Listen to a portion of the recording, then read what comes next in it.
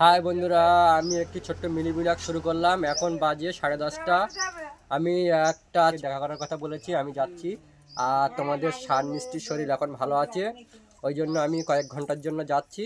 আর মিষ্টিমাকে খাইয়েছি, শানকে খাইয়ে দিয়েছি। আর তোমাদের মিষ্টিমা দেখে।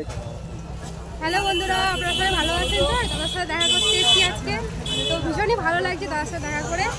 আর কি বলবো, শান্তিশা ট্যালেন্টকে সবসময়ের জন্য সাপোর্ট করো, এটাই আমার কাছে মানে একমাত্র কি বলবো, খুব খারাপ লাগে তার ছোটো ছোটো বাচ্চাকে, ফুলের মতো ছোটো ছোটো বাচ্চা।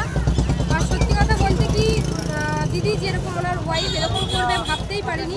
এরকম একটা ছোটো ছোটো বাচ্চাকে ফেলে এরকমভাবে কোনো মা চলে যেতে পারে, মানে সত্যি এটা ভাবার বাইরে। তো কি বলবো, তোমরা সবাই সবসময় দাদার পাশে থেকো, আর কিছু বলার নেই। আর বেশ ভালোই লাগছে, দাদা তালদিতে দেখা করতে এসে, দাদার বাড়িতে পিয়ালি জানোই। অনেকদিন ধরেই দাদা বলছিল বোন তোমার সাথে একটু দেখা করবো।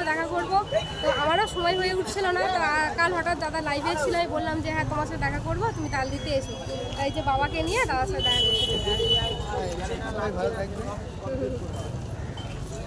তালদি স্টেশনে তার সঙ্গে মিট করলাম। আর তার বাবাও ছিল সঙ্গে। আর বড় মা লাইফ স্টাইল, তার সঙ্গে দেখা করে আমাকে খুবই ভালো লাগলো। তার বাবার সঙ্গে দেখা করে খুবই ভালো লাগলো। আর আমি ওখান দিয়ে কথা বলে 12:10 ট্রেন ধরলাম, ধরে পিয়াইতে নেমে চলে এলাম। আর সবাই জানো শান মিষ্টির শরীর খারাপ, শান দুর্বল হয়ে পড়েছে খুবই। ওই জন্য শানের জন্য আমি কিছু একটা জিনিস নিয়ে এসেছি বাজার করে, বাজার থেকে আসার সময় তোমাদেরকে দেখাই। শানের জন্য একটু হরলিক্স নিয়ে এসেছি, আর একটা খেজুর নিয়ে এসেছি শানের জন্য।